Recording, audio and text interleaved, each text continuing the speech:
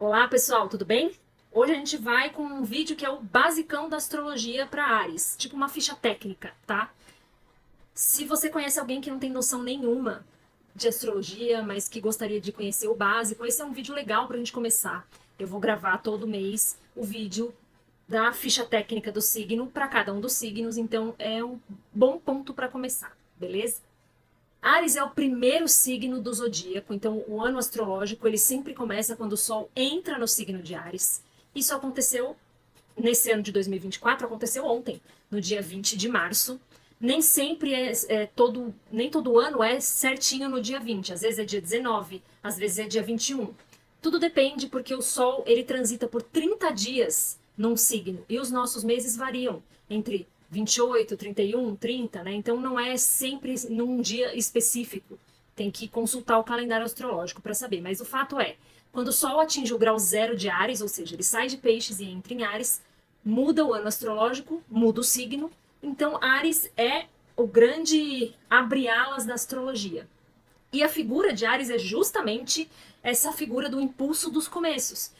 Então, entre outras coisas, a gente classifica Áries como um signo cardinal. O que são signos cardinais? Nós temos 4 que são cardinais. Signos que abrem estações do ano. Então, eles têm sempre um impulso. Eles são sempre uma primeira marcha.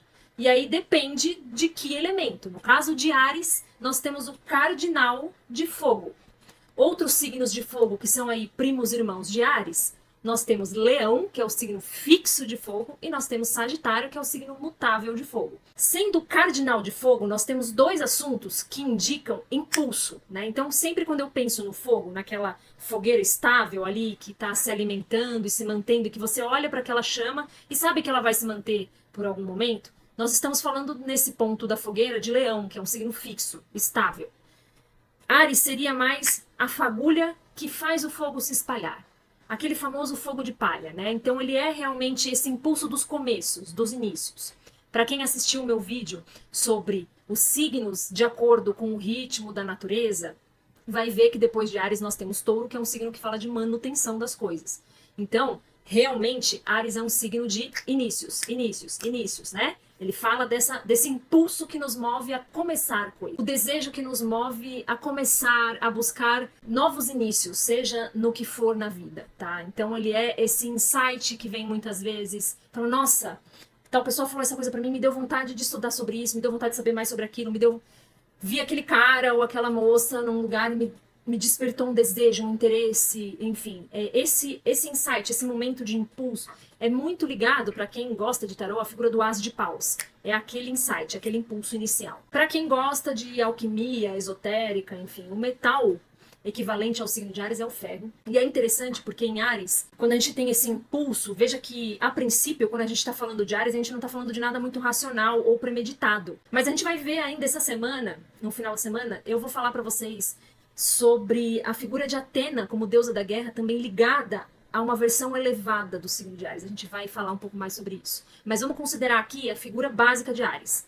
Tudo que é passional, é instintivo. Então a espontaneidade, a impulsividade, a empolgação, a sinceridade, né, a espontaneidade de lidar com as pessoas, isso são figuras de Áries.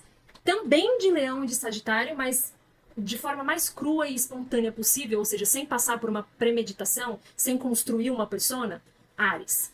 A própria infância tem relação com o signo de Áries, quando a gente está falando ali das primeiras casas do zodíaco, né? Áries, Touro, Gêmeos, até Câncer. Nós estamos falando ali da fase da primeira infância de uma criança. Então, essa espontaneidade que até os pequenos infantes mesmo, ali até os seus 4, 5 aninhos, lidam com a vida, né? De sorrir para tudo, de deixar claro quando não gosta de um parente, de um vizinho, e deixa os pais com a cara assim no chão de vergonha. Então, isso é bem a figura arquetípica de Áries. Claro, a bravura, a coragem, que eu falei no vídeo de ontem, essas coisas são todas do mesmo lugar, dessa espontaneidade, né? Que a gente no mundo de hoje vai perdendo muito disso, mas de agir com o coração. Na sombra, a passionalidade, a reatividade agressiva, né? O famoso reaça, que age com truculência porque não está sabendo lidar com aquela situação de forma madura, enfim. De fato, a imaturidade é uma sombra de Áries, né? Eu tenho vários livros de astrologia, esse daqui é um muito famoso, que agora a editora Pensamento relançou, que é Os Astros e o Amor, da Liz Green. Ele era um livro da década de 70. E ela faz algumas colocações, assim, um pouco exageradas, na minha opinião, quando ela fala, por ser Os Astros e o Amor, ela fala sobre o homem e a mulher de cada signo. E eu acho que muita coisa bate. Mas muita coisa é um pouco determinista demais. E isso é uma coisa que eu não gosto muito nem na astrologia clássica, né? Eu prefiro a abordagem mais psicológica do Dane Rudhyar, do Stephen Arroyo e por aí vai. Ela diz que quem tem muitas figuras arianas no mapa, muito Áries, né? Muitos planetas em Áries, Áries no ascendente ou no meio do céu, Marte em Áries, Sol em Áries, né? Posições muito fortes em Áries. Essas pessoas demoram mais para amadurecer. Aprendem com os erros, e enquanto elas não se expõem corajosamente a errar diante das outras pessoas, elas não aprendem e assim não amadurecem. Elas ficam persistindo e remoendo aquela irritabilidade interna até que elas se expõem, passam às vezes por situações constrangedoras, mas aprendem com aquilo e vão amadurecendo. É isso que ela fala nesse livro. Apesar de parecer um pouco exagerado, eu já convivi com muitos arianos e arianas, e hoje conversando com todos eles, eu percebo que tem um fundo de verdade, assim. Até eles hoje pensam, realmente eu podia ter amadurecido mais cedo, eu podia ter escutado os mais velhos. Existe uma relação meio de oposição entre o impulso de início de Áries com a manutenção das coisas, com a disciplina das coisas. É um pouco paradoxo, porque um guerreiro que é realmente bom na arte da guerra que ele produz, ele precisa de muita prática e de muita experiência para se tornar um bom guerreiro. Então, o que a gente acaba tendo na sombra é só um brigãozinho, não um grande guerreiro, né? Como a figura de Áries deveria ser. Mas a gente vai falar mais sobre isso no próximo vídeo, que eu vou falar sobre a figura de Atena dentro do mito de Áries. Fato é que Áries, sendo o cardinal de fogo, ele está mais ligado a um impulso quase que animal, né? Marte, dentro da astrologia, está muito ligado a um impulso sexual. Ele é um parceiro celestial de Vênus. Eu tenho um vídeo sobre isso no YouTube, sobre parcerias celestiais, e eu tenho um só sobre Marte e Vênus, tá bem legal. Dá uma olhadinha lá se você quiser aprender mais. Então Áries seria muito esse impulso animal, mais rústico nosso, né? Enquanto Leão já seria o impulso do ego, e Sagitário, sim, o impulso de servir, de ser luz, de ser exemplo, né? Referência, porque é isso que os signos de fogo, que são signos de luz, na verdade, deveriam sempre ser. Um ponto de referência, um ponto de luz na vida dos outros, né?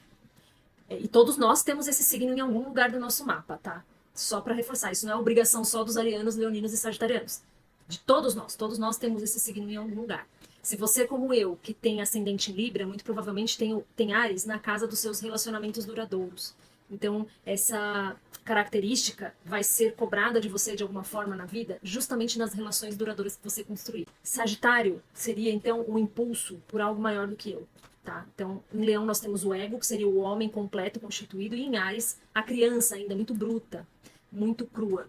Eu vi uma pessoa que eu admiro muito, Juliano Posati, falando sobre uma experiência que ele teve com Deus que durou milissegundos, quando ele estava observando o filho dele aprendendo a andar. Né? Ele disse que ele pôde compreender a figura de Deus ali de forma tão perfeita, porque ele estava vendo o filho dele engatinhar, se erguer, levantar e cair de novo.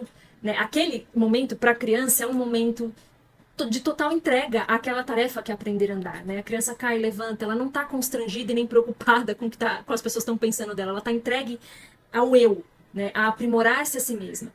E ele, naquele momento, sorria e estava curtindo cada minuto, cada milissegundo do processo de assistir aquele ser que ainda é só uma potência, mas que um dia vai se tornar um adulto, alguém que caminhar é algo que não será nem mais uma questão dali a algumas semanas, né? E dali a alguns anos já é uma criança que corre, enfim. E ele faz uma analogia muito bonita ali, dizendo que o amor de Deus por nós é como o olhar que ele estava tendo pelo próprio filho ali, que é não se incomodar com os erros, porque já conhece a obra completa. Quando você olha para uma criança, você sabe o que esperar daquela obra que ainda não está completa, ainda é bruta, mas você sabe que um dia ela será, né? Isso é muito a figura de Áries, a potência daquilo que pode vir a ser. Por isso que ele lembra uma fagulha, por isso que ele tem relação com inspiração, com essa coisa que pode sim vir do alto, com esse impulso de agir, né? De agir com a minha essência. Mesmo nós adultos aqui humanos, somos ainda uma fagulha daquilo que Deus criou. E a gente às vezes se decepciona muito quando a gente falha, quando falham com a gente e fica se podando e não agindo na vida porque a gente não quer falhar, não quer errar, não quer ser julgado.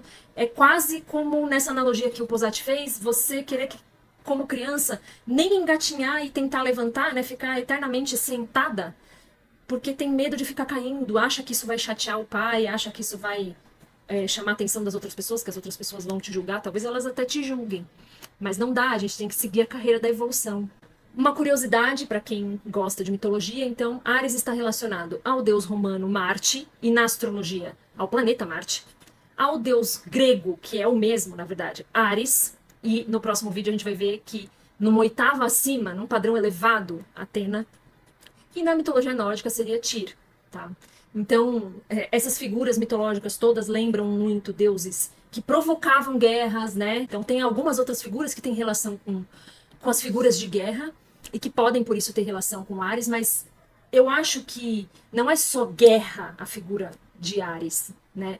Mas sim de estabelecer limites. E nós temos no outro polo Libra. Então, estabelecer acordos e, quando não for possível acordo, limites. Tipo, olha, eu não estou gostando dessa situação. A gente pode não se tratar dessa forma? Se a outra pessoa fala não, então não tem conversa.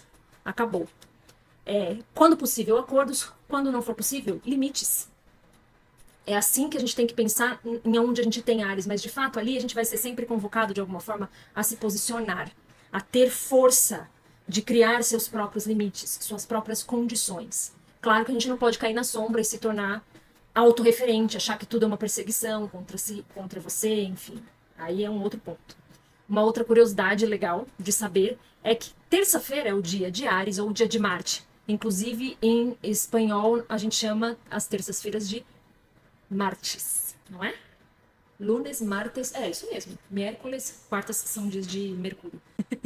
Enfim, antigamente, né, quando não tinha ainda o calendário que nós temos e o calendário era mais ligado aos calendários pagãos, os dias da semana eram dias de cultuação aos deuses. Então, terças-feiras era dia de Marte. Não é à toa que a gente tem aí a super terça, né? Que a gente tem que ser mesmo um pouco guerreiro para dar conta dela. Bom, gente, por hoje é só. Se vocês tiverem ainda alguma dúvida, alguma outra coisa que vocês queiram saber a respeito do básico, coloca aqui embaixo. Conta pra mim se você já sabe aonde você tem Ares no seu mapa e se você vive mais à sombra ou à luz de Ares. Vai ter um vídeo sobre isso, tá? Fica o spoiler aí. Até mais.